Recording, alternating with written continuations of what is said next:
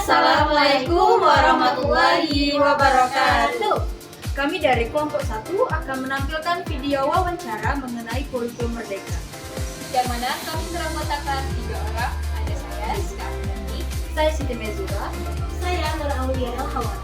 Nah, video ini kami buat untuk memenuhi tugas mata kuliah jurnalistik dengan dosen pengampu Bapak Hendra Lisa SE. Selamat menyaksikan.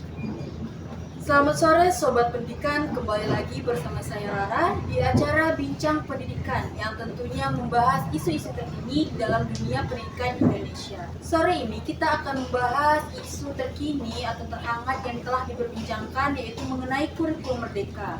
Seberapa efektifkah kurikulum ini dan apakah perlu perbaikan ke depannya? Untuk membahasnya, kita sudah kedatangan 2 bintang tamu yang tentunya kompeten di dalam bidangnya. Ada Ibu Ika selaku guru sekolah dasar yang telah mengabdi puluhan tahun. Selamat sore Ibu Ika. Selamat sore Mbak Rara, senang sekali bisa hadir. Dan juga ada Ibu Aulia selaku perwakilan Dinas Pendidikan Kabupaten yang tentunya memahami alur pendidikan. Selamat sore Ibu Aulia. Selamat sore Mbak Rara. Terima kasih ya kesempatannya. Baik, langsung saja kita mulai diskusi kita. Kurikulum Merdeka ini sudah bergulir beberapa waktu untuk Ibu Ika sebagai guru yang langsung berhadapan dengan siswa dan implementasi di kelas. Bagaimana tanggapan awal Ibu mengenai kehadiran kurikulum Merdeka ini? Apakah ada perbedaan signifikan yang Ibu rasakan? Tentu saja ada perbedaan yang sangat signifikan nih Mbak Rara. Sejak kurikulum Merdeka ini diterapkan oleh pemerintahan kita di Indonesia, yaitu Kementerian Pendidikan ya, lebih pada kualitas pembelajaran dan pengembangan potensi siswa. Kami sebagai guru diberikan kemerdekaan untuk merancang pembelajaran yang lebih kontekstual dan sesuai dengan kebutuhan juga minat siswa. Anak-anak menjadi lebih aktif dan tidak Menarik sekali. Jadi ada fleksibilitas yang dirasakan langsung oleh Ibu dan Ibu Aulia dari Dinas Pendidikan. Bagaimana pengamatan Ibu terhadap implementasi kurikulum Merdeka di lapangan? Apakah memang sesuai dengan tujuan awal yang diharapkan? Baik sekali. Begini Mbak Rara. Kami dari Dinas Pendidikan pun melihat bahwasanya tujuan utama dari kurikulum Merdeka ini adalah fleksibilitasnya ya dalam pendidikan untuk mengatasi permasalahan pendidikan sebelumnya. Yang kita tahu pendidikan sebelumnya itu terlalu kaku dalam pembelajaran serta lebih berpusat kepada guru. Nah, dengan adanya kurikulum Merdeka diharapkan pembelajaran berpusat kepada siswa, meningkatkan kreativitas mereka dan mengembangkan profil pelajar siswa. Sejauh ini kami melihat antusias yang tinggi dari sekolah-sekolah. Meskipun sejujurnya untuk mengimplementasikan kurikulum Merdeka ini terdapat tantangan seperti adaptasi guru dan penyediaan infrastruktur sekolah ya, sumber daya sekolah.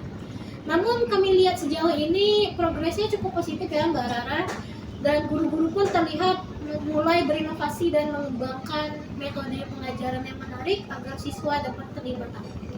Luar biasa, kita membahas mengenai efektivitasnya sekarang. Nah, Ibu Ika, dari pengalaman Ibu mengajar, apa saja dampak positif yang paling terasa dari kurikulum Merdeka ini terhadap siswa, dan mungkin apa saja tantangan yang masih Ibu hadapi di kelas? Oke, untuk dampak positifnya tentunya sangat banyak sekali. Untuk para siswa akan menjadi lebih mandiri dalam belajar.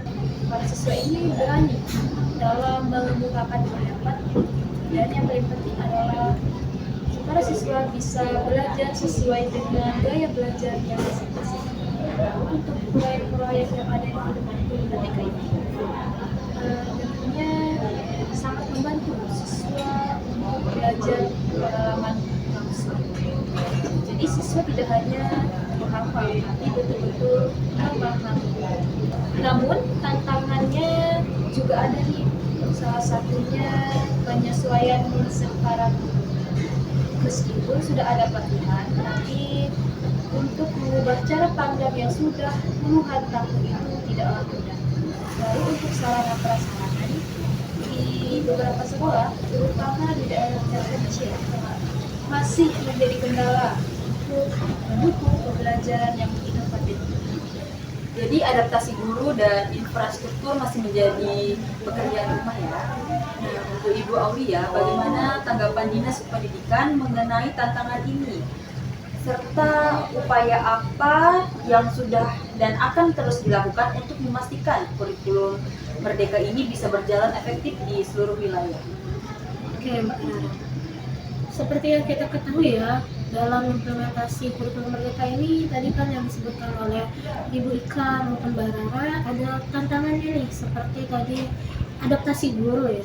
Adaptasi guru ini memang terkadang menjadi tantangan tersendiri, di mana guru yang sebelumnya sudah nyaman menggunakan pembelajaran yang sudah dirancang oleh kurikulum sebelumnya dan berpindah ke kurikulum Merdeka. Nah, ini kami sendiri pun melihatnya, banyak guru yang awalnya mengeluh. Akan tetapi kami berusaha untuk mencari solusi bagaimana guru dapat beradaptasi dengan mudah. Nah, beberapa solusinya, yang pertama, kami dari Dinas Pendidikan mengadakan pelatihan-pelatihan ataupun workshop, baik secara daring maupun luring ya, Mbak Rara dan Ibu Ika. Nah, di mana di situ kami berusaha untuk memberi tahu kepada guru ini loh sebenarnya kurikulum Merdeka dan ini loh cara untuk melaksanakannya. Dan di sini kami juga sangat mengharapkan keaktifan dari komunitas belajar antar guru. Kami mengharapkan mereka untuk aktif membantu sesama guru begitu ya, untuk sharing apa yang mereka ketahui diberikan kepada temannya yang belum tahu dan saling membantu begitu. Nah, kemudian untuk tantangan seperti pengadaan sumber daya ya, infrastruktur tadi, sebenarnya ini cukup menjadi kendala ya, seperti yang kita ketahui bahwasannya namanya pendanaan ya, ini ya pendanaan itu kan besar ya, Ibu Ika pasti tahu kan ya, Mbak Rara. Nah, jadi di sini untuk masalah pendanaan kami sudah berusaha seoptimal mungkin untuk berkoordinasi nih kepada pemangku kepentingan baik itu di dan negara maupun di daerah. Kami berusaha menyampaikan keluhan mengenai sumber daya yang kurang. Kami minta mereka untuk dapat membantu di daerah-daerah yang membutuhkan, itu paling utama ya. Nah, begitulah adanya solusi yang kami usahakan untuk mengatasi permasalahan tentang sumber daya itu. Oke, kita sudah mendengar sisi positif dan tantangan yang ada. Sekarang kita masuk ke pertanyaan lebih krusial. Apakah kurikulum Merdeka ini perlu perubahan ke depannya? Atau mungkin ke arah penyempurnaan? Ibu Ika, dari sudut pandang Ibu sebagai pelaksanaan di lapangan, apakah ada hal-hal yang perlu disempurnakan atau mungkin disesuaikan lagi? Saya rasa istilah yang tepat adalah penyempurnaan, bukan totalnya ya. Jadi kurikulum Merdeka ini mungkin sudah berada di jalan, tapi perlu adanya beberapa hal yang harus difokuskan. Misalnya perkembangan modul ajarnya nih, ya. Perkembangan modul ajarnya ini harus bisa lebih bervariasi dan mudah dipahami. Untuk guru-guru yang belum terlalu mahir dalam menyusun modul ajarnya, mungkin bisa terbantu nih.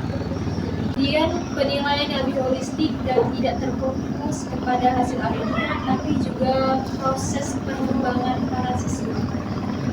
Terakhir mungkin perlu adanya yang namanya standarisasi yang lebih jelas ya, supaya tidak terlalu jauh perbedaan implementasinya kepada antar siswa. Baik, jadi penilaian holistik dan standarisasi yang jelas. Nah, untuk Ibu Aulia, bagaimana pandangan dari Dinas Pendidikan terkait hal ini? Apakah ada rencana untuk melakukan evaluasi menyeluruh dan penyempurnaan kurikulum Merdeka di masa yang mendatang? Baik, Mbak Rara dan Ibu Ika, dari Dinas Pendidikan sendiri ini melakukan yang namanya evaluasi dan pemantauan berkala. Jadi kita selalu melihat bagaimana implementasi kurikulum Merdeka ini di lapangan.